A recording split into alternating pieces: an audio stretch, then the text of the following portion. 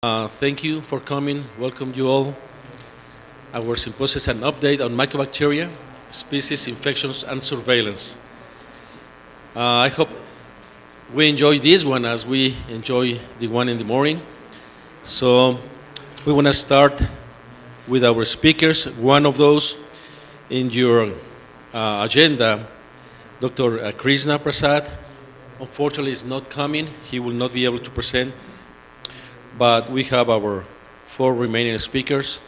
And with that, I would like to start with introducing Dr. Marco Shito, who's going to give us the first presentation in regards of relational sequencing TB global effort, which is one of the topics that we touched this morning, and now we will have further information. Welcome, Dr. Shito.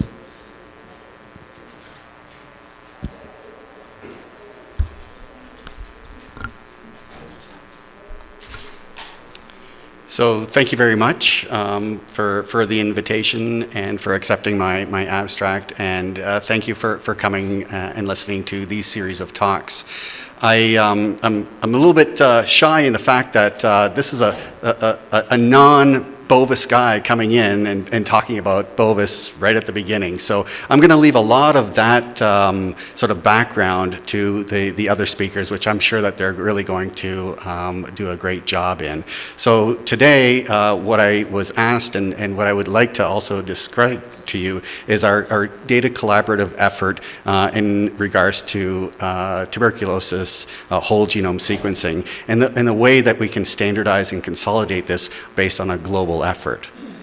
So pillar one of the NTB strategy really involves two major components. That's universal drug susceptibility testing, but also treatment of all people with tuberculosis. And I've underlined those things because in the past, zoonotic TB hasn't really been included in that particular vein.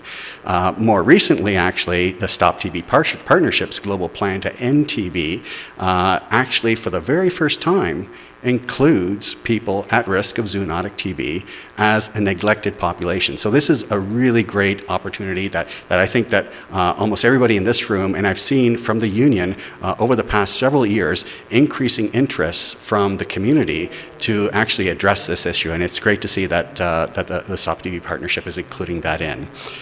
More recently, just a couple of days ago, the WHO has recently released a roadmap for zoonotic tuberculosis, and I put this link up here for those that are more interested in it. And this really outlines their effort and what they want to do over the next number of years. And it includes, more importantly, not only the WHO, but the union, which has played a critical, important role in this effort, the OIA and the FOA. So this includes not only the human component, but also the animal groups as well, to come in and all work together rather than working in silos.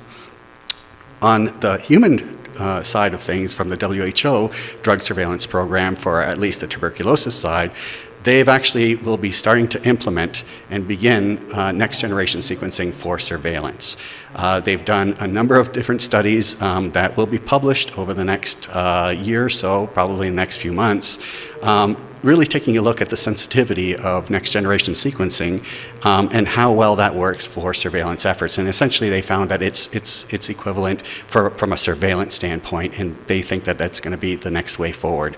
And this is actually going to be something that could actually be a potential to be a disruptive technology. And by that I mean that the elimination of culture may be achievable if we look at targeted next generation sequencing. So potentially we can get rid of culture and just look at that alone. That increases the turnaround time immensely. And so rather than taking 5 or 10 years to do a survey in a country, we can now start doing those much more rapidly. So surveillance is moving towards next generation sequencing. Obviously that's been around for the research component of this. More and more groups are starting to take a look at this from a clinical aspect of it. And so as this is starting to sort of bubble, one of the things that's starting to bubble up is to be able to have a need from the community to have a standardized, validated way of doing things, both a pipeline and a data repository, in order to try to understand what these actual mutations mean. And in order to do that, the Critical Path Institute has been involved, as well as many others, which I'll talk about in my later slides. slides about a data sharing initiative in order to be able to collate a lot of this data into one place in a standardized format, and then take a look at the next step, which is the analysis, and more importantly, the interpretation of that analysis. So what do these mutations actually mean from a clinical or surveillance standpoint? I'll just let you know that today was the day that paper that we have in publication now that was just recently accepted today from the European Respiratory Journal from Paolo Miotto really outlines the specifics of how that interpretation occurs, and I'll refer to that throughout the talk as well. So one thing I did want to touch a little bit about is the data sharing component and the need for data governance. And what we've always tried to embrace is that fair guiding principles for scientific data, which people that are involved in data sharing really can relate to with regards to the data being findable, the data being accessible, interoperable, and reusable. And these are just some of the bullet points in addition to those, the guiding principles, including data ownership by the contributor. So when people are providing this data, contributing it, it still remains in their ownership. It's not actually sending data to us and ReSec-TB owns the data. That data is actually still retained by that owner. What is ReSec-TB? That was one of the major questions when people come and talk to me. Well, what exactly is this? And it's actually not just one thing. It's actually a number of different things. It includes standardized and validated. When I mean validated, we've validated for Mycobacterium tuberculosis complex. And we did it for the variant detection pipeline. So we can add in the FASTQ files, which is the raw data coming from the sequencer, and you get a variant SNP report. It's also a global database regarding drug resistance. So we not only have the sequencing data, but we try to incorporate all the phenotypic data associated with that, and then when available, clinical data, as well as potentially in the future, surveillance data. And then the final part of this is a data sharing platform that is cloud-based. And that can be now utilized for doing additional analytics and potentially in the future for clinical interpretation. And that can be made available to the global community so that individuals that are both experts and non-experts alike can actually access. So who built ReSec-TB? There are a number of organizations that came together under the umbrella of the Critical Path to TB Drug Regimens. And within the Rapid Drug Susceptibility Testing Consortium, we being these group of organizations, came together to build the relational sequencing TB data platform, primarily for assay developers, primarily to support rapid molecular diagnostics for assessing drug resistance, but we always saw a sort of a parallel need from a number of other different users and stakeholders in the group. Clinical decision making, definitely. A WHO-endorsed sequencing pipeline for surveillance, and the improved understanding from a research standpoint not only of the molecular basis for drug resistance, but actually what are the clinical evidence and clinical relevance of those mutations with regards to drug resistance. Just to give you a little bit of an update of where we are on the status of the platform, we have a little over 6,000 isolates of both genotypic and phenotypic data. This represents data sets from over 20 countries.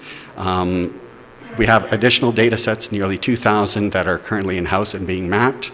And we have an additional about 10,000 isolates in different areas of process. One thing that we were able to do is actually secure some additional funding to sequence isolates. So we've been starting to work with communities in the field that don't have the resources to sequence, but have the clinical and phenotypic data to go along with that. So as I mentioned, the universal, the unified whole genome sequencing analytic pipeline attracts the raw data from the sequencer and then puts it through this pipeline, which has a number of quality control steps built in. This is a publication that will be submitted fairly shortly by Matthew Azawudu and group within our group. And what comes out is a curated and aggregated data for that isolate. So it's a QC report so that the user can understand if a sample failed, how did it fail, why did it fail. A species and lineage report, and an annotated SNP report, so you get all the annotations of all the SNPs, and then a drug SNP report, which at this point we've just completed a systematic review that covers 304 graded mutations. So these are mutations that are graded based on their availability to resist infection. And then finally, what I think would be more attuned and more appropriate for this group is a phylogenetic analysis. So this was completed a number of months ago when we had a few less isolates in the platform. These are only the publicly available isolates that we were able to pull. And from these 3,500 isolates, we made a phylogenetic tree. One thing I'd like to point out is that we do still have bovis in there. So one of the points being here is that next generation sequencing can really be used for transmission of bovis into the community. And there are a couple of manuscripts that more recently, one in northwest Minnesota between beef cattle and the white-tailed deer, and the other one more recently in New Zealand where they looked at the transmission between the wildlife population and cattle, and you can actually see those transmissions occurring. It's the exact same isolate going from the wildlife population into cattle and potentially also into human population. And of course, there are a number of reports of drug-resistant M. bovis that have been identified, and of course, evidence of person-to-person transmission over the years as well. So what I'm trying to say here is that a One Health approach to zoonotic TB disease control is absolutely needed. It's been requested over a number of years, and now with the effort that has been done both by the union and WHO to provide that roadmap, we can start seeing that potentially, eventually, that the burden of disease in both humans cannot be reduced without the management of the animal reservoir. So a One Health approach really means that all three organizations have to come together, which is what they're doing. And what I think a data platform can provide is the allowing investigational outbreaks to be done in a centralized repository. So this brings added benefits because we're including everybody to eventually improve public health outcomes, which is our main goal. So just to summarize things up, we have a single centralized, quality-controlled, curated MTBC, Mycobacterium tuberculosis complex data repository. It's been standardized in a way through CDISC. We have a version 2 of CDISC, so as data comes in, it gets curated to a standard. That allows things to be aggregated, and we can create a test statistic for that. So data is acquired not from the literature, but from individuals who are doing the work currently. So we have individual contributors that oftentimes are doing the work as opposed to something that has already been published. The platform itself has been built to be more regulatory grade as an architecture because we want to use it as a knowledge-based platform so that people can utilize this information in ways to make some clinical decisions as well. Target users have always been human on our side, but I think that this opens up an opportunity to include animal species in as well to be able to start looking at transmissions between these organizations, these organisms. So the request actually that I have for you more than anything else is that if you're interested, please come and talk to me because we would like to include more bovis isolates within the platform and to be able to do those types of analysis. So the URL is here if you want to check it out, and I'm happy to take any questions, and thank you for your attention.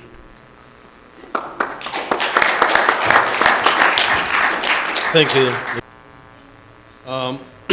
We'll continue, but before we continue with our next speaker, I would like to let you know that we have roadmaps, the roadmap in Spanish and English for those that don't have it. We have copies here. Also, there is a list for you to put your name and information, list of attendance. So please give us your information so we can keep you posted of our events and information. And we will continue with our next speaker, Dr. Sea, who's going to present us Mycobacterium origins and emerging threat for cattle and primates in Southeast Asia. Thank you, Doctor.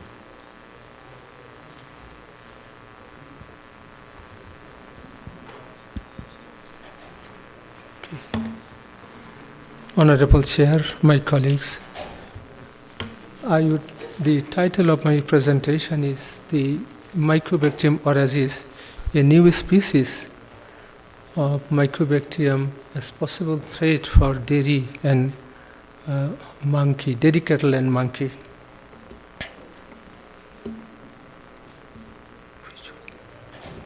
Yeah. We know tuberculosis is an infectious disease, and it is infecting both human and animal.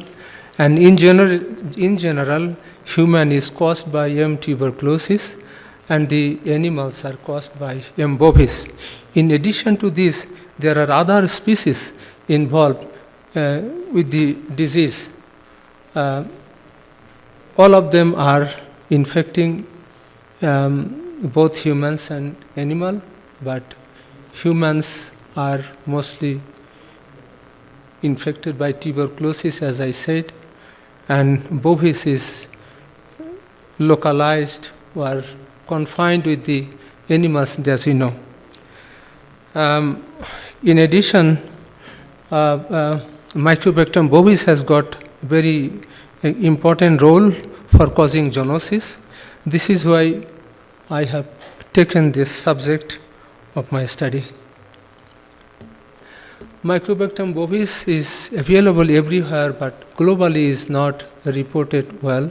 Scattered reports are available from India, Pakistan, Bangladesh, Nepal, China, but there are other scattered reports which are not available. So the zoonotic TB subsection is actively working to combine all this data and to emphasize the role of M. bovis and how to end TB by 2030, including M. bovis in the emphasis. In Bangladesh, I did a study of some cattle and monkey to know what are the agents causing TB. We included 18 cattle died of TB and 2 monkey also died of TB. And then we took mostly lung samples, then homogenized, and 2 loop full of the culture was inoculated for Gill-Nielsen staining, and 2 loop full of this sample was inoculated for the Lowenstein-Jensen culture.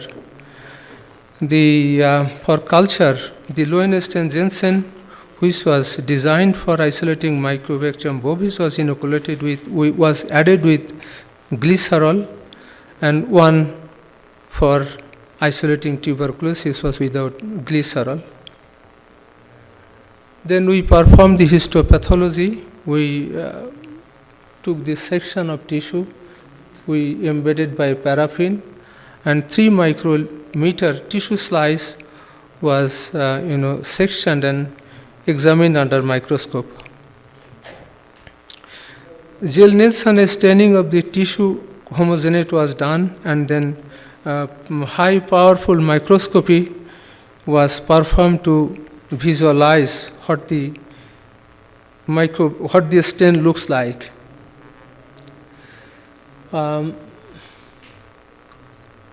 We found mycobacteria growing in Lowenstein-Jensen's land, and then ZN staining of the culture of microscopy was done, and proportional susceptibility testing was also done using 4 drugs: streptomycin, isoniazid, and rifampicin. In addition to that, we did standard spoligotyping, and we also did the single nucleotide polymorphism based on the sequence of guidase B, MMLP6, TBD1, PPE55. In addition, we performed genetic analysis by RD deletion analysis performed by PCR for CFP32, RD1, RD4, RD9, and RD12. Now this is the result. The histopathology indicated causation necrosis, epithelioid cell, giant cell, and dystrophic necrosis. And this is the Zell-Nelson staining that shows, micro ZN cells. AFB clearly is shown. And this is the culture that shows dysgonic type of growth, and from that culture we made a Zell staining, and that shows these are really mycobacterium, acid-fast bacilli. We perform susceptibility testing, and all these strains are sensitive to first-line anti-TB drug. It indicates that the animal isolates were not challenged with antibiotics. Again, I summarize the results. The histopathology shows granuloma, casein necrosis, and giant cell. Culture showed slow-growing dysgonic type of colonies, and ZN stain was positive. All this indicates that the strains that we were working with were mycobacterium. We had the demographic information of the cattle. They were 3 years to 17 years old, all are female. And clinical symptoms, they had like chronic respiratory disease, malnutrition, and diarrhea. We had 2 monkey were female, they were from a zoo, so exact date, age and duration of sickness was unknown to us. This is this polygotyping from cattle and the monkey. This is a repetition of this slide, and this slide summarizes all the molecular analysis of our results. And here there is the point.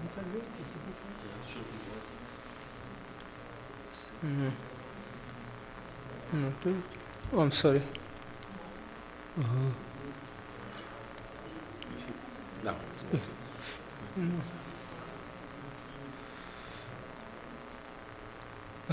Should work, no? Doesn't work.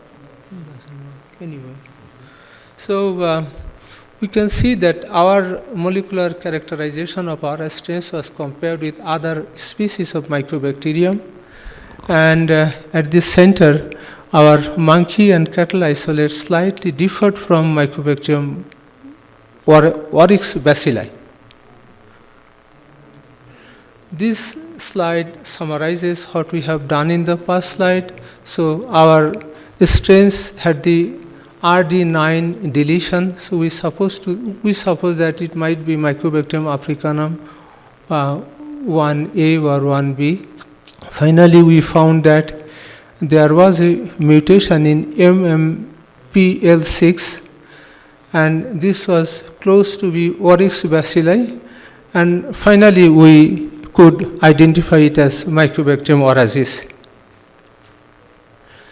Both the histopathological and microbiological evidence suggests that the cattle died of TB.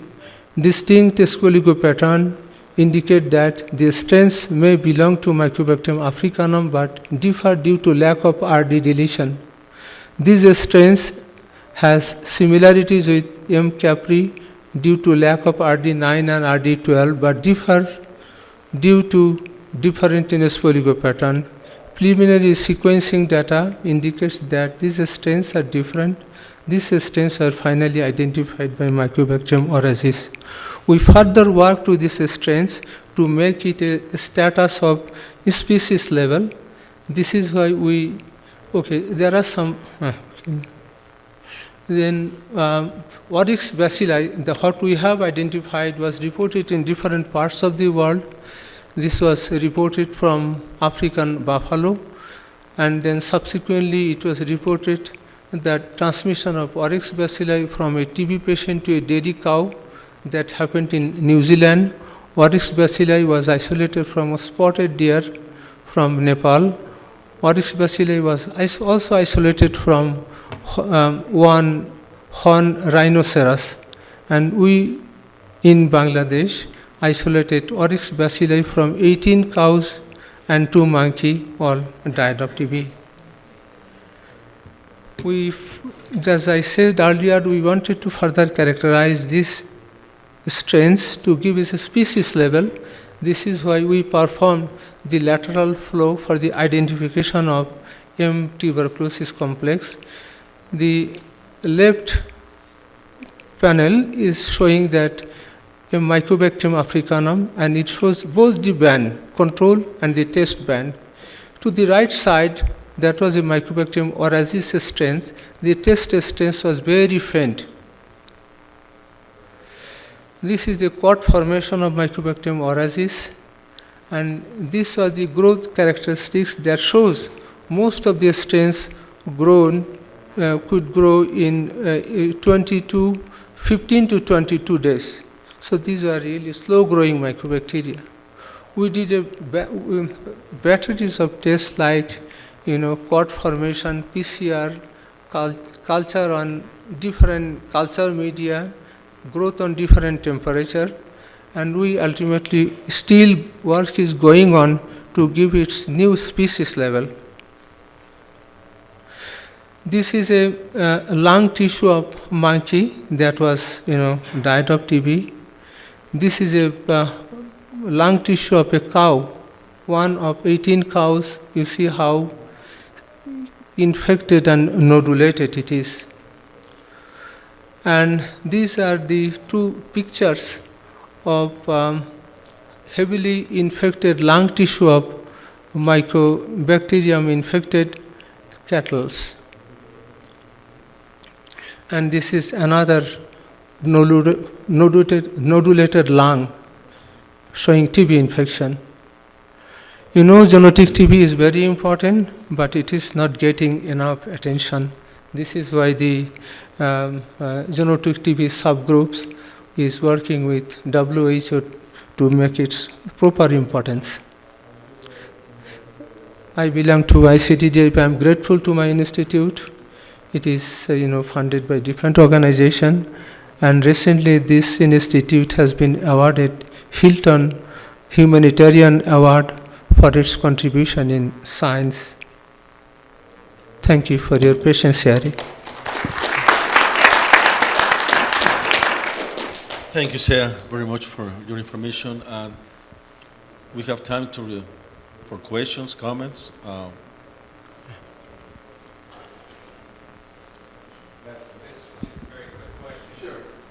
Quick question. Small room. Have you submitted the DNA for whole genome sequencing? We are, yes, going to submit it. Yeah, we'll discuss with you. Yes. Okay. Yeah. Do we have more questions, comments? Please. Very interesting. Thanks. I was just wondering whether you'd come across these in humans at all. I was just looking at the data from the UK. We've seen Origus infection in humans at least 26 times over the last few years. The Hain tests misidentify these as... Hain? The Hain tests misidentify these as Mycobacterium africanum. So unless you do whole genome sequencing routinely, you tend not to discover them. So I think there's a lot more of this around than we're aware of. So it might, given that you're seeing a lot of it in animals, it might be worth looking at some of the human samples that have been identified as Africanum as well, because you might find more there. But I can't understand him. They found origins in human. Okay. Good. We have not isolated anything from any M. oryzis from human, but we are having a project in dairy farm. There is a possibility to screen all the cattle handlers to see whether the cattle handlers are infected with the same strains or not. Thank you. Maybe you can have a discussion. Of course, thank you. Afterwards. Cool. If we don't have more comments, thank you very much, Sia.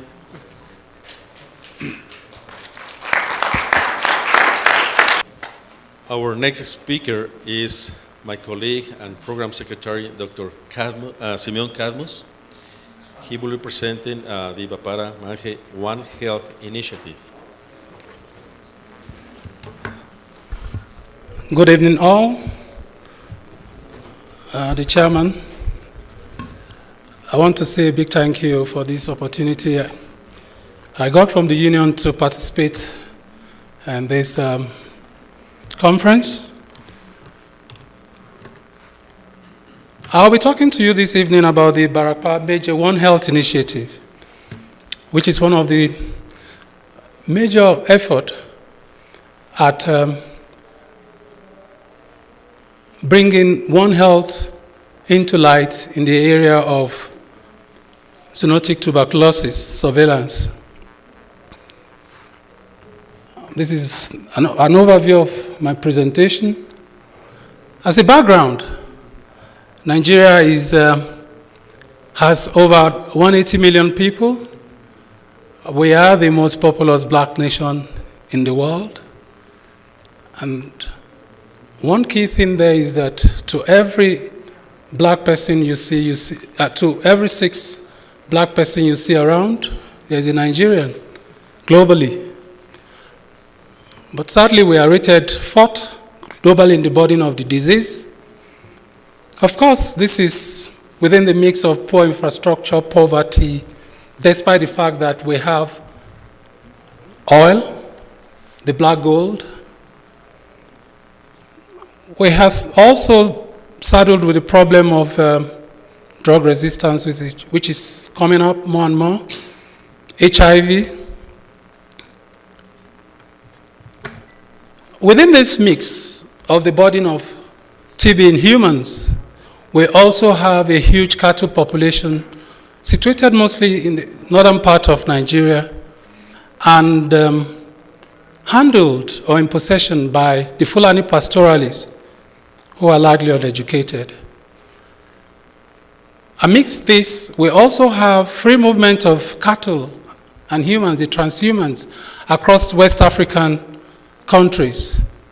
So when we talk about human without borders, we also talk about disease without borders. And we see droves and droves of cattle with disease streaming into Nigeria. And within Nigeria, there are no restrictions like we have in the West. So these both infected and uninfected animals also stream around. But sadly, there is no surveillance, and we don't have major government policy to control this disease. So we're in the mix of disease in humans, disease in animals.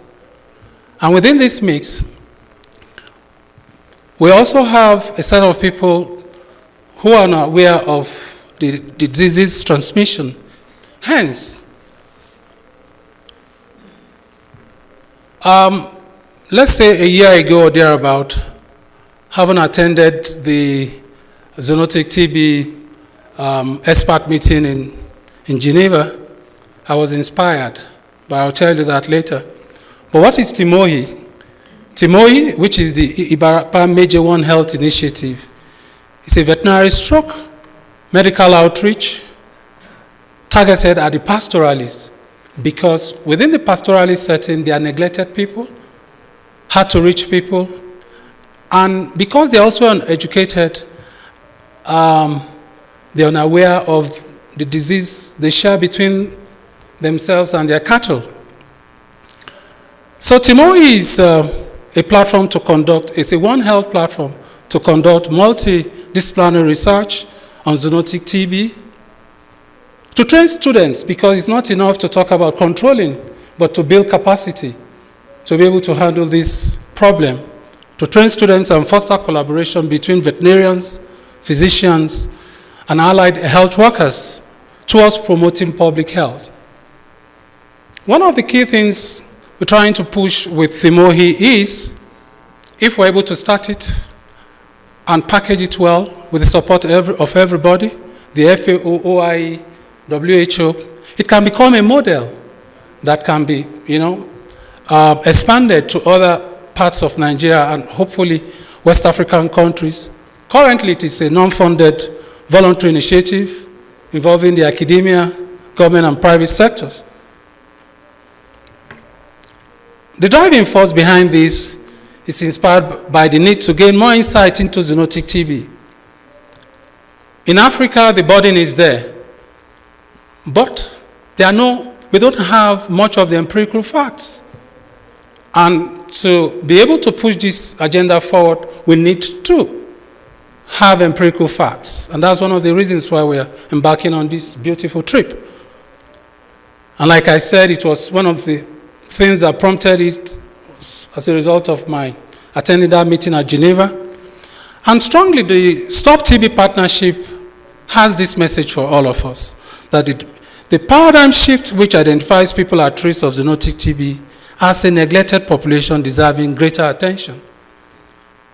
So I'm a messenger that in that part of the world that I'm from, there must be some focus on zoonotic TB. And I'm even further encouraged because I stumbled over a gold mine, the pastoralist community in southwestern part of Nigeria. Why is that a gold mine? Because these people are willing to be interacted with. And what is the vision of this message? The vision of Timohi is the achievement of the total well-being of the Fulani pastoralists and their animals. Because if the animals are also okay, they will be okay, and the public, there will be promotion of public health. The mission is to use One Health platform to promote the total well-being of the pastoralist community and their animals in order to transform their health to wealth. If they are healthy, they can do so many things. Sell the milk, make more money, the woman will be empowered, the girl child will be empowered, and of course, ultimately promoting public health. And like I said, more importantly, to use Timohi as a model of promoting active case finding for zoonotic TB and the conventional TB, because we found out that some of these people, apart from the fact that they're living with the animals, they also have TB which they can transmit to the animals. And of course, use this platform to also look at, promote it to other endemic countries in Africa. This is a framework. It's supposed to be a collaboration, global collaboration between FAO, OIE, and the Union. If we get that support, then they can breathe on the government of Nigeria to say, you need to help this initiative, both at the federal, state, and the local. Currently, that partnership is ongoing, though at a very low level. And at the end of the day, to be able to train both the vets and the human medics to be able to look at this disease under a platform. And ultimately, definitely, to bring down the burden of zoonotic TB. The area we're working and we're focusing on is the Barapa Meje. Meje is 7 in the Yoruba ethnic parlance, and it's traditionally occupied by the Yoruba people. There are 7 towns: Ayete, Eruwa, Idere, Gogon, Igbora, Lanlati, and Takpa, and they're converged into 3 distinct local governments. But what is unique about this area is the fact that you have these pastoralists settled. Some of them are also on the move. So you find both settled and the nomadic population. And for those who are studying disease dynamics, you know that there will be a lot of mix in that. So it's a great pot through which we can look at so many things. And this is the map of Nigeria. Oyo State is down there, and you have the Barapa, the red spots. And this area, of course, many people will know Lagos is roughly 100 kilometers from Lagos and occupies 2,496 kilometers. And the vegetation is so rich, and that's why you have the pastoralists settled there. What have we done so far? We've been able to carry out a lot of stakeholders meeting. We've met the indigenes, the pastoralists, networked with the veterinary service and the public health parts of the Oyo State Ministry. We've gotten ethical approval to carry on with this work.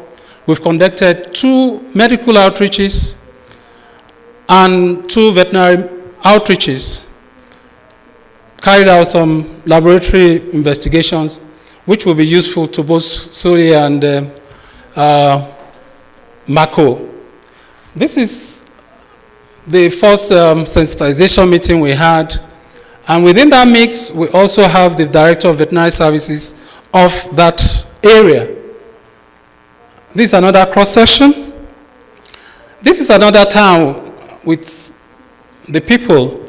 And what you can see here is the fact that these are the leaders, the owners of the animals.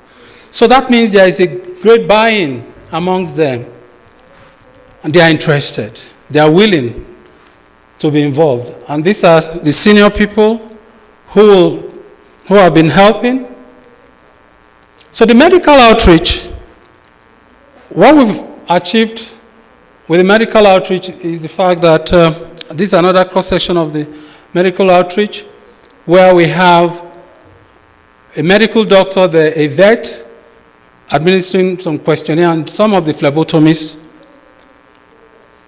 A cross-section of what is interesting about this mix is the fact that we have diverse populations, the elderly, children, and the fact that it also gives us the opportunity to train students. These are some of my PhD students. And some of the challenges we have when we go is the fact that sometimes we'll be expecting 100, 150 people, but before they can be mobilized in, you need to really wait and sometimes spend some hours. And when we carry out our medical outreach, of course, the incentive for them is that we provide some health incentives. And this involves taking blood pressure. And when we take the blood samples, we screen them for malaria. Any of them that are positive, they are given drugs.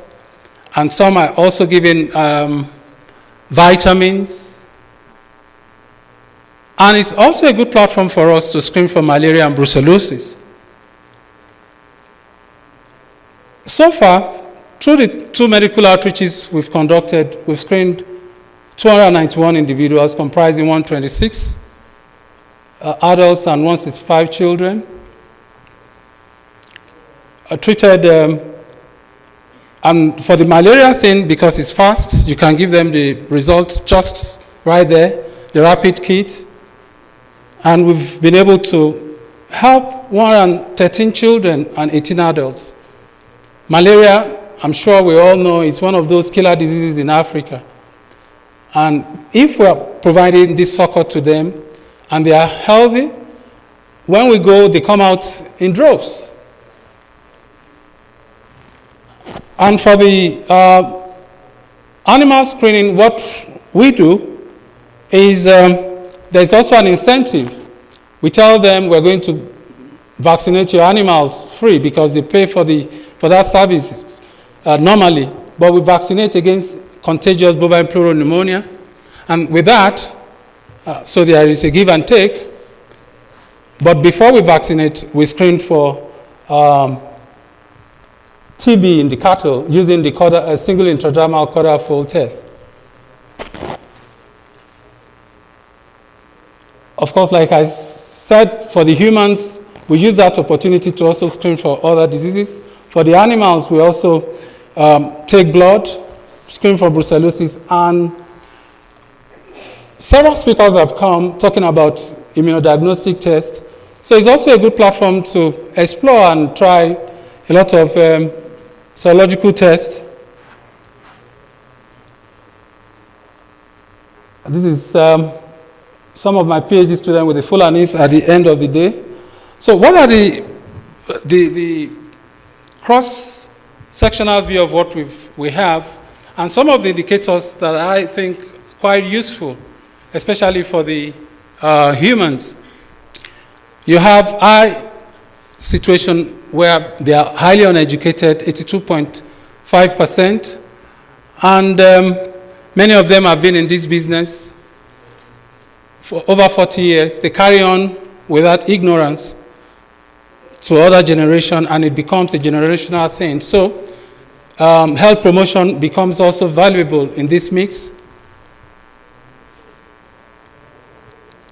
Some of the preliminary results we've gotten so far is the fact that at least we've gotten 3 cases of TB, 9 NTM, non-tuberculous mycobacteria. For the animal screening, what is interesting there is that just for this short period, we've been able to find 7 animals spread across 27 herds positive. And with having just 1 animal in a herd, that is sitting on, potential of spreading the disease to other herds. And mind you, these herds are moving. They are not restricted like we have in the developed settings. Moving, and sometimes when the kids are hungry, they take some of the milk directly.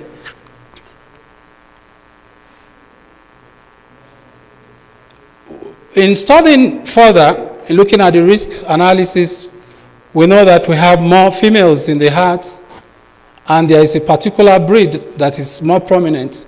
So as we study on, these are some of the major areas we'll be looking at.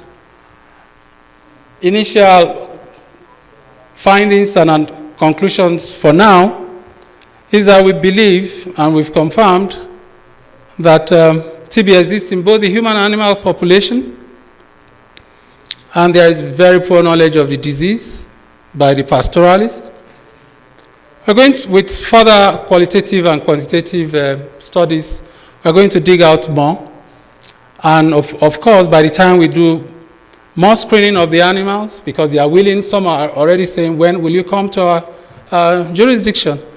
So I'm sure we'll see more interesting cases, and possibly the zoonotic transmission of the Mycobacterium tuberculosis complex between the pastoralists and their cattle. This is the beginning. We've not done nothing. And there will be so much study and focus on the humans and cattle. And we're also going to be taking advantage of the people that mix with them, some of the other livestock farmers, butchers, and the people that mix with them within the community. And we'll be conducting more qualitative tests, focus group discussions, and most importantly, as we move on, we'll be collecting sputum samples and feces from the humans.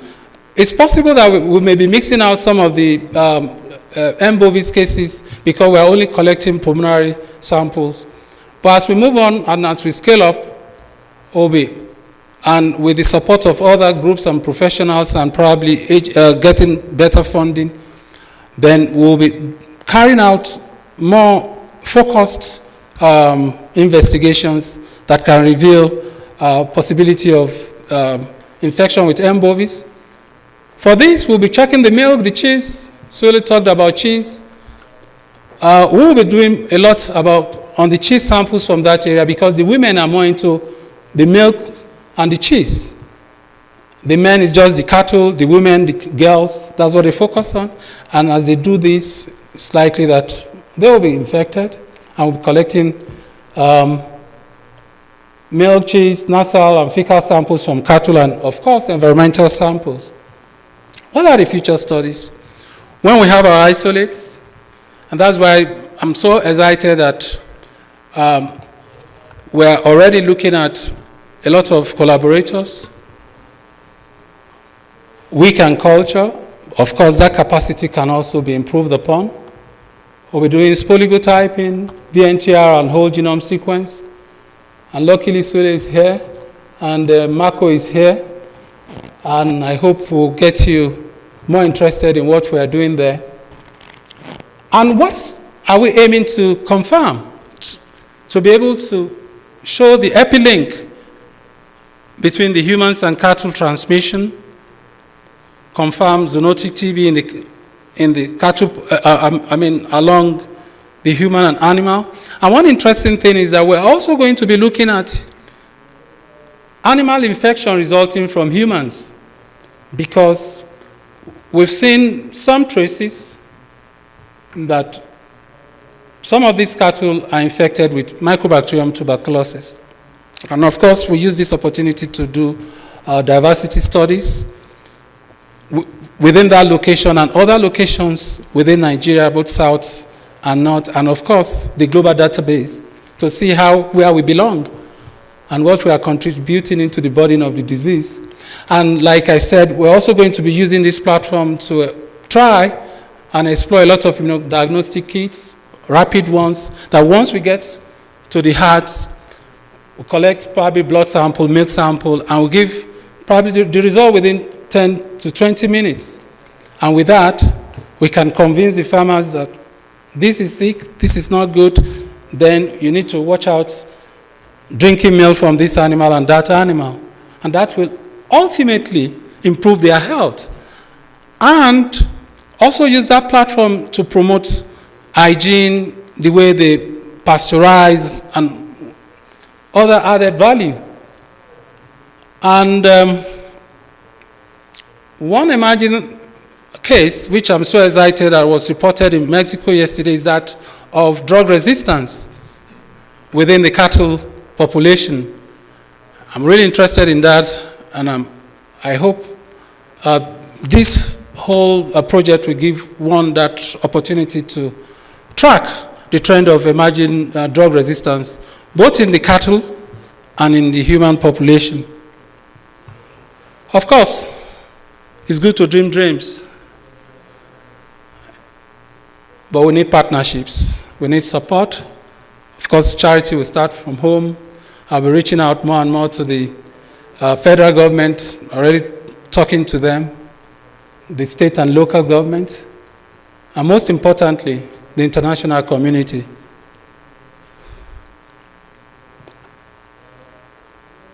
I cannot but say a big thank you to the union for making it possible for me to be here. And Paula Fujiwara has been so wonderful. And the team, Anna Dean of WHO, Adrian, Francisco, I call him the big boss, and my present boss, Alejandro, the Director of Veterinary Services, who went with us during the first stakeholders meeting. He went there and he was with us. And because this is personally funded, I didn't have money to go on the second medical outreach. So I reached out to Dr. Usman of the Damian Foundation, and he graciously gave us 150,000 naira, roughly equivalent to $400. At least that gave a lot of support and respite. And of course, the pastoralist community, who when we go to some of the outreaches, they feed some of my guys. And that is also investment, a good buy-in. My department, for giving me the opportunity to, lift out some of my dreams and achieve some of these things. And the Barakpa Community and Primary Health Care Program, College of Medicine. Because we have both the veterinary school and the and the medical school within my university. But the medical school have always had an outpost around that area. But nothing has ever been done in the area of zoonotic TB. So, and they are cooperating and helping us out. Thank you very much. Thank you very much, Simeon. Before you go to your seat, do we have comments, questions? Please use the microphone right there. Wonderful initiative, appreciated. Can you hear? Probably not. Yes. Yeah. Okay. So I am a medical doctor working in India. I was in the morning session also. Okay. And I am involved with the veterinary field of India, including the one of the co-editor of One Health in India chapter. I was wondering that in the morning session as well as in this session, I didn't find any presentation or any data regarding the map, which is probably to me is more economic burden. So none of presenter gave any data, and that was something I missed it because Mycobacterium avium paratuberculosis, that is major cause in animal health. So I was wondering about that. India, our colleagues are working, and definitely we have isolated 20 isolates from elephants and from some deers also. So we have some collection, and definitely I will be very happy to. We have sequencing facility, so we can sequence and then probably somebody can analyze the data. So that kind of collaboration, I will be very happy. But definitely I would appreciate if somebody presents data of map. Concerning paratuberculosis, far back, say 10, 15 years, when I started active work on M. bovis, I've always been asked to look at paratuberculosis, but you can only do one thing at a time if you don't have resources. And just like in any setting, you prioritize. So probably that's the reason why when we go out there, the disease may be there, but you can only try, look at one thing, then move on to the other. Of course, it's a possibility in the future if we have funding and support. Thank you. Yeah, regarding Mycobacterium avium subspecies paratuberculosis, it is not part of this for the union, which is focused in mycobacteria that are producing tuberculosis. But there is a group in the United States, or I would say it's more than the United States in different countries. Dr. Fred Quinn, who was with us this morning, and I don't see him in this session, he is part of a group that is looking into non-tuberculosis mycobacteria, and especially in paratuberculosis. So I'll be glad to give you his information. This group is very interested in that. We try to have one day, complete day, to discuss these mycobacteria, including paratuberculosis. For some reasons that were our hands, we couldn't conduct it. It was scheduled for yesterday, all day. But I can give you the information of Dr. Fred Quinn and others for you to be in contact, and they have a lot of information about paratuberculosis. Do you know something about that, Sully, or paratuberculosis studies that you can share with us? Well, I can share the position of USDA APHIS on our stance from a government on whether this is a disease that we should be interested in, and we're interested in the term of supporting producers, but we put significant amount of money into testing and did not receive wide adoption from producers. Over 80% of the dairies in the United States are infected with paratuberculosis. It is not considered on most of those large dairies a health concern to the producers, and so in order for budget reasons, we cut our program entirely in 2008.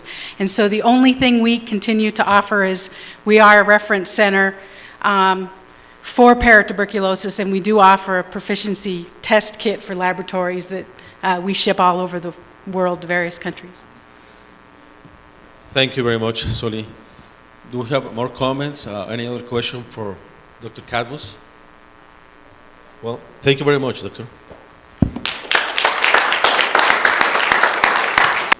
Well, we continue with our next speaker, Dr. Tad Miller, who will be presenting working towards effective zoonotic TB control in the resource-poor section, opportunities and challenges. Thank you. And so last presenter on the last day of the week, the end of the afternoon, I'm heartened to see so many people still hanging in the room. It's a testament to coffee, if nothing else, if not the topic. But I think my title here is a little misleading, because this has, my thinking about what to talk about today has evolved some in the last couple of weeks. And you mentioned, the economics of these things, and I am going to focus a little bit on that, because that's my background. I'm one of the few people that I've been around this week that isn't a veterinarian, isn't a physician, not even an epidemiologist. I'm a professor of public health, but health policy is really my main focus, although I've worked with human tuberculosis for a long time. But I'm going to talk to you a little bit about an applied project that Dr. Schmid, who's a veterinarian that's joined us today, and I were involved with. It's not our project, but it was a real eye-opener for me from the human TB side of things and the human public health side of things. So in my work in the last 15 years with TB, I have focused on trying to get people who really don't care much about the patient to do the right thing, right? And I think we're all in that same boat. We have got a knowledge that this is an important thing to deal with. It's really important. And if we don't deal with it now, it's going to get worse and worse. And the problem, can go from a manageable problem, one that we can get our hands around, to something that we really can't. As we move toward drug resistance, I think back to my grandmother's family. She lost half of her nuclear family to tuberculosis, lost the ability to be educated because she was kept home through fear of tuberculosis. Lived her life on the same farm that I live on now because of tuberculosis. And, I really don't want to have my past be my grandchildren's future.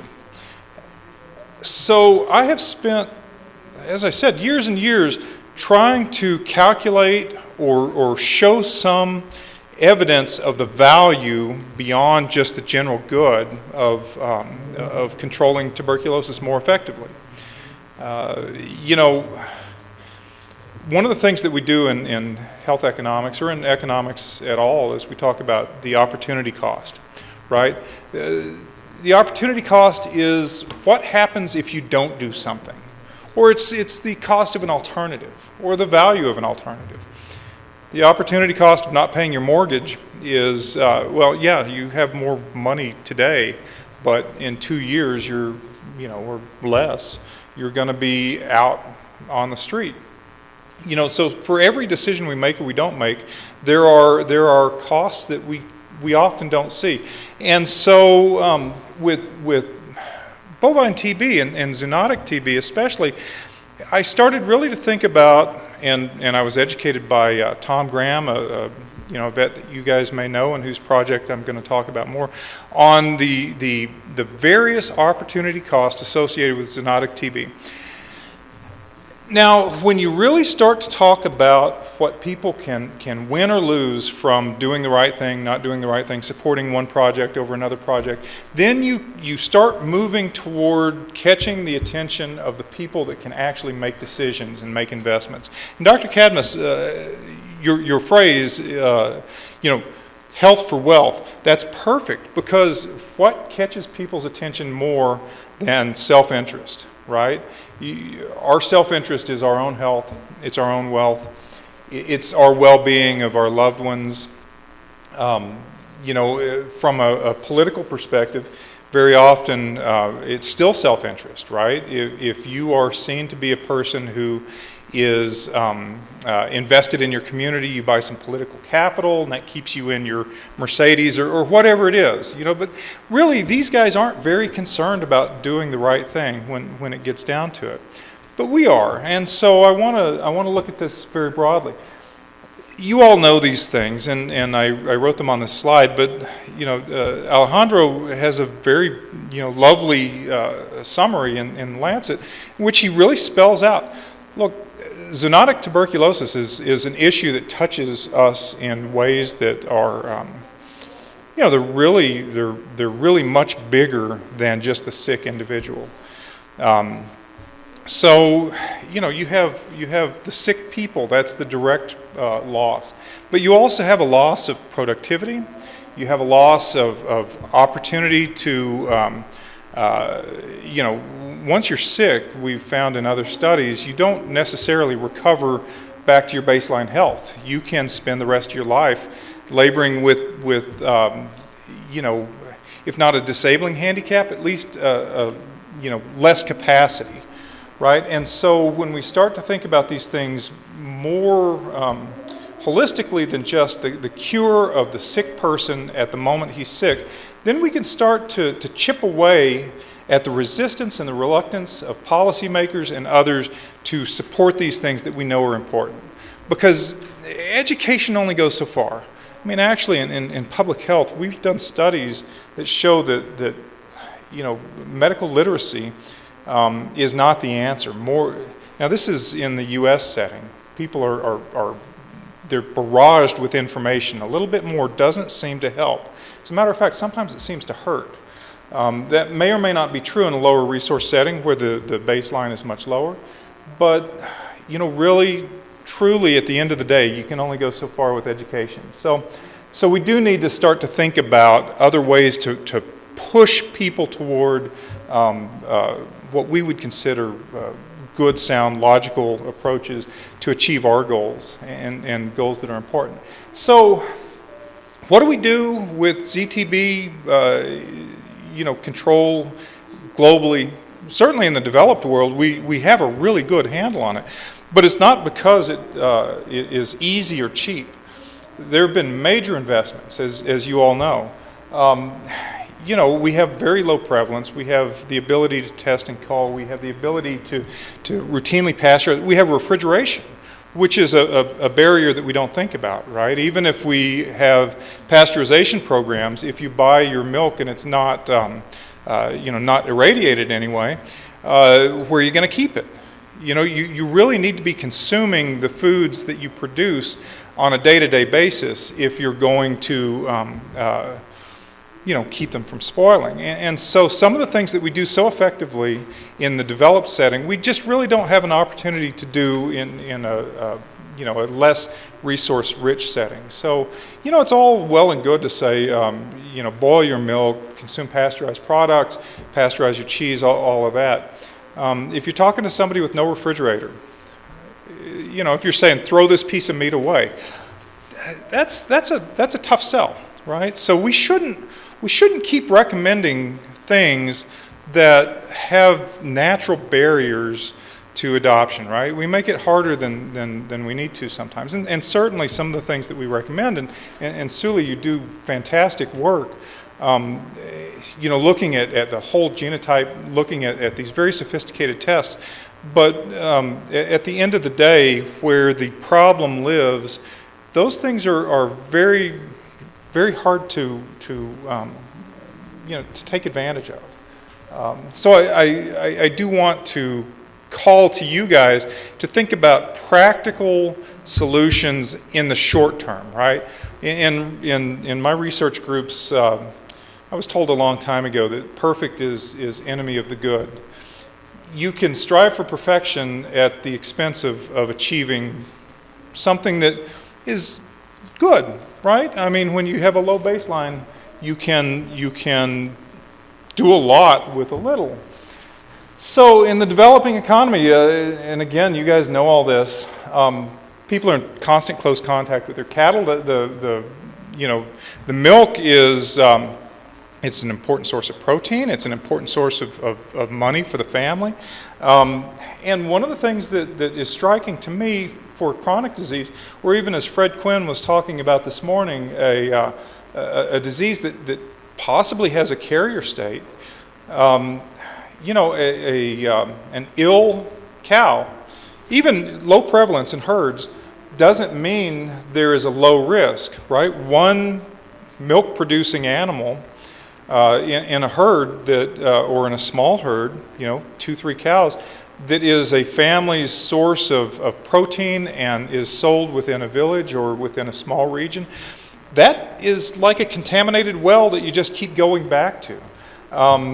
When you have an animal that is shedding bacteria and exposing people and constantly exposing, re-exposing, especially for disease that isn't well characterized at the clinical level in these communities, you have sort of this ongoing risk of infection, disease, transmission that people are not only not aware of, but they, it just remains. I mean, you get sick, you get cured, you come home and the same animal is there and you consume the same milk and cheese, and you just get reinfected and reinfected and reinfected. And that is that's a challenge, and that's one that I haven't heard mentioned in the talks that I've been in today.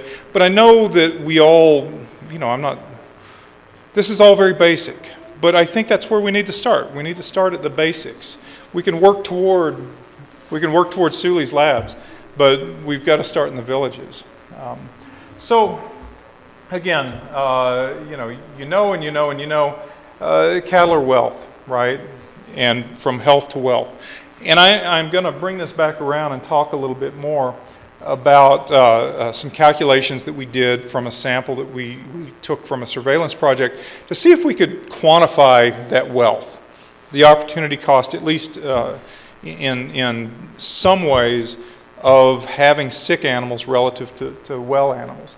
So last summer, for a month, I was involved as a volunteer in a project run by Dr. Tom Graham in Uganda, in northern Uganda. Dr. Schmid was there as well, and we also had many volunteer veterinary students, a couple of public health students from my school, and then the district veterinary officers who were really key, as I'm sure Dr. Cadmus could say. The buy-in from the people that really are at risk, well, that's where you have to start. And to have these trusted health experts, animal health experts, come and pave the way for our work was critical. But anyway, so Uganda is a small country geographically, but it's very population dense. As you can see here, it is what we would all recognize as an at-risk population. $1,200 per capita U.S. dollars adjusted income. A lot of room to improve, I guess we could say, in all metrics. And we could really look at some of the outcomes of suboptimal herd health in terms of the failure to optimize your animals as a source of food and income, right? And one of the things that we can see is that when your family has less money, and this is true all around the world, right? So your family has less money, the quality of the food that you consume is less good, the amount is less great, and you can start to see these rippling effects.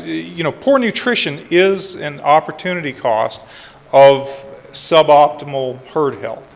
Poor nutrition for your children, poor nutrition for your elders, poor nutrition for the man that has to work with a pick and shovel all day. And these are things that are not easily reversible once they occur. Certainly for developing children, once you get past a critical window at very early childhood with very poor nutrition, you're left with deficits that carry on forever. I mean, and again, my disclaimer is I'm not a physician, I'm not a veterinarian, but I do know that first thing to go in a poorly nourished child is size, right? So your physical size diminishes, you're stunted. After that comes brain development. I mean, our brains are a big, nice, juicy blob of fat, and it takes a lot of food to keep that thing growing. And when you don't, you introduce into your family or into your society this long-lasting sequela of poor nutrition, which is a sort of a loss of human capital that can't be corrected in that generation. Okay, so there's a lot at stake, I guess I'm saying. So, all right, we've talked about this and talked about this, but I'll talk about this project and then use this to illustrate, you know, some of the financial losses that you know, can be calculated.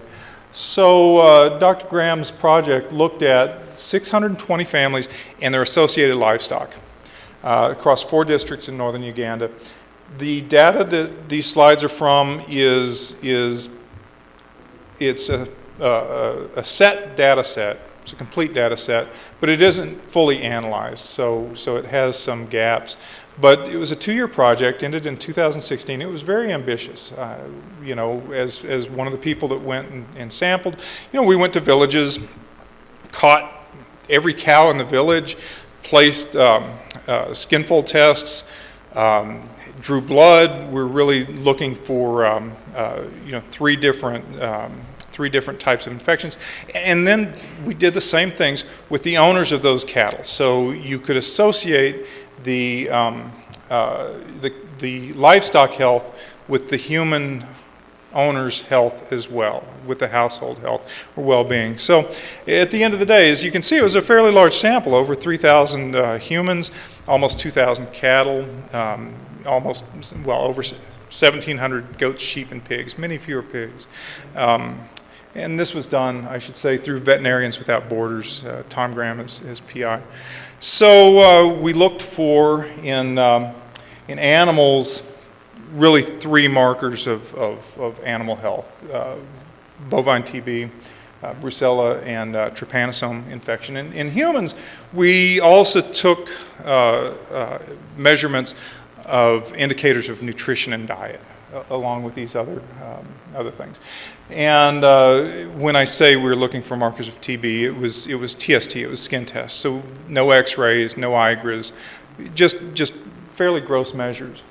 But as you can see, there was consistent, you know, from well, these diseases were prevalent, right? Or markers for these diseases were prevalent, or markers for these infections were prevalent. In, well, and you can read the slide, we can see that, well, if I have a pointer we can see, let's see if I can do this with, nope, I did turn it off. I was afraid that I was going to do that. There we go. As far as ZTB goes,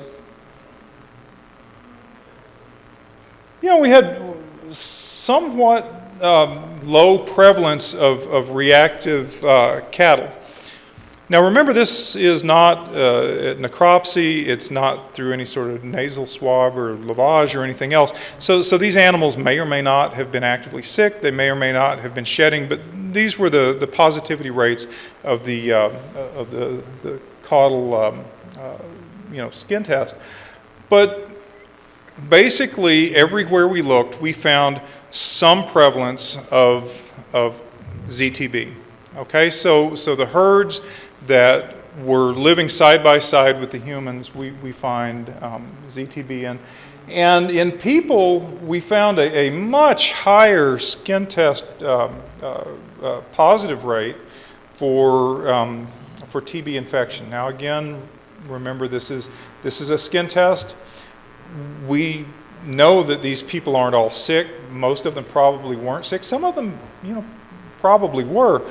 But we can begin to suspect that a family making its living in close contact and you know, by consuming the products of some infected animals, there is some association.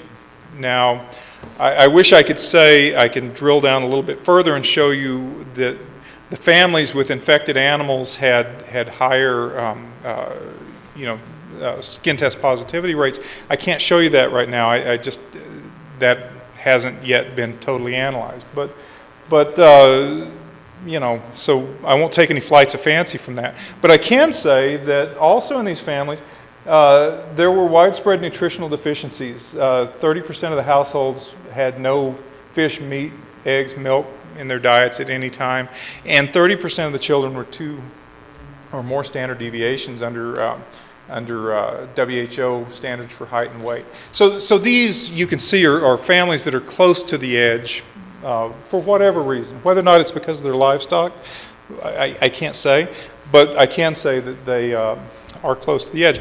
So if you really then want to bring this back around to looking at the potential value to the individual family, in dollars anyway, of having healthier animals, there are simple ways to do this. Although I have to say, and I will ask you guys as veterinarians and as scientists to maybe do some work on this, I looked for a good source to show the productivity loss associated with M. bovis in an animal, right? We know some of them die, some of them have a lower calf crop, some of them lose weight. We know that. We all know that. We just know it. Well, it seems to be that we know it because it's anecdotal more than it's been studied. I found one source that gave me weights for the the potential loss to these things, and it was a source that was more than 40 years old out of the USDA, and it had just been recited and recited and recited, and it wasn't very specific. So, forgive me for saying that these numbers are they're not rock solid, but they're as rock solid as we can get until you guys go out there and do a little case control study and weigh a bunch of sick cows and weigh a bunch of well cows of the same age, and then give me that information. I can give you some better numbers. But in economics, we say precision is good for a telephone number. For an estimate like this, it's okay. We can still tell the story. So we know that ZTB cows, at least from the literature, are associated with lower milk and calf production and with some mortality. Okay, we know that not every cow dies every year. We know it's a chronic disease, but at some point, on average, 60%, is that right? No, 40% of these cows are going to die while they're in the family's herd. And so I just took the local market conditions, and I did a bunch of conversions and blah, blah, blah, and sort of the normal economic mumbo jumbo that you do when you start counting dollars, and came up with a loss of 104.77, and from 0 to 154 US dollar equivalent annually, losses of actual production value for milk, calf production, and cattle mortality, respectively. So in this market, then, that's a total of, $182 to $335 annually per ZTB cow. Well, the replacement cost in this market for a 200 kilogram cow, which, that's small. These are small animals. You guys that have been there have seen these. This is from half to almost 90% of the replacement cost that you could lose annually. Now we're getting to where we're talking about people's self-interest, right? If you can go to a farmer and you can say, this animal that is sick, you ought to think about taking that one out of your herd and replacing it. I mean, forget even the argument of test and cull. We know that we're not going to talk sort of a very poor family into a culling program, but we might be able to talk them into a program in which they send a milk cow to slaughter instead of keeping it in the family to produce milk that can reinfect them and reinfect them and reinfect them. On the basis, you don't even have to talk about health. You can say, this cow may or may not make you sick. I know your grandma said raw milk is the only milk to drink, and on and on. There's all these reasons why people are going to be resistant to doing this. But it speaks a lot louder when you can say, look, in 2 years, you will have lost more money on this cow than it would have taken to have another one, right? That is a higher quality cow. You can sell your low producing asset and buy a higher producing asset. Everybody on Wall Street understands that. Well, and these annual losses on average are quite significant relative to the income in Uganda. 15 to 28% average annual income. That's quite a lot. I mean, if you had an underproducing asset that was costing you, perhaps a quarter of your potential income, you'd sit up and listen. And I think many of these guys could too. Of course, one of the other things that I looked at was if you had this money, could you have done more with it to correct nutritional deficits? And the answer is probably yes. Of course, when you have extra money, you spend it on a lot of things: tobacco, liquor, new car, new motorcycle, who knows?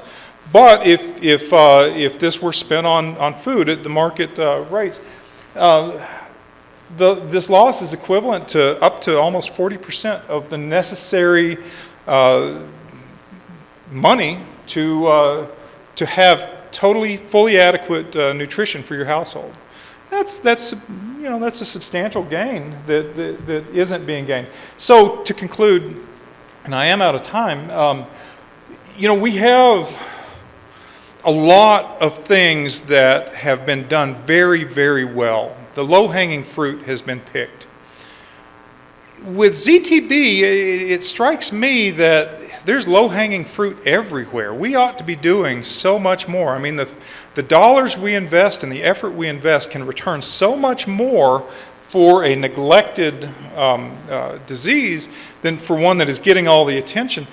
We ought to be just picking this fruit all over the place. And I think there are justifications that are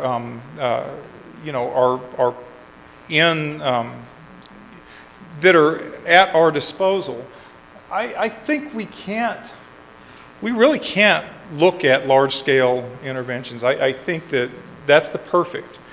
We aren't going to influence poor economies to do, expensive things, but we can be very innovative. I mean, public health, human public health, did so much in the last 150 years that didn't involve PCR, and it didn't involve even antibiotics. It didn't involve anything more than sort of, shoe leather economics. And I think that we should raise our voices and exploit the power of people's self-interest to get them to do what we need to do.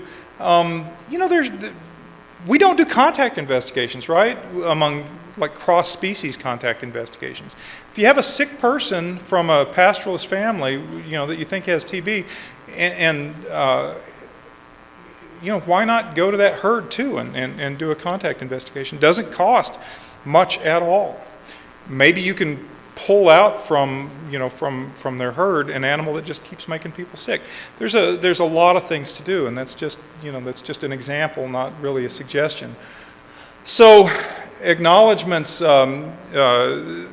All of this hard work was done by Veterinarians Without Borders. Tom Graham, I included his email address there. He will talk your ear off about these things, and will teach you stuff that you will never remember half of what he says, but he has thought this stuff through for decades, and he has some fantastic ideas and a lot of fantastic data too. He's been very gracious in letting us use it. So with that, thanks very much, and I think I went over a little bit. That's good. Alejandro's Thank you. waving his sign at me, shut up, and I still won't. Thank you. We have a couple minutes yet for comments, questions. I think it's very important, in my mind, comparing the session of this morning in which we were looking at advanced technology, Michigan, California, different scenario, different picture. This afternoon we have seen the other part of the coin, the other part where most of the TB cases are happening, and with a different scenario, with a different challenge, but it's there. And that's the most important because the major numbers are there. So I think we have had the complement from this morning with the other reality, with the other situation in the world that we have to face with limited resources, with limited support, so forth and so on. I would like to thank all the speakers for these presentations, which give us the complement of the picture. If there is no other questions or comments for Dr. Miller, I want to thank you all and an applause for all of you guys.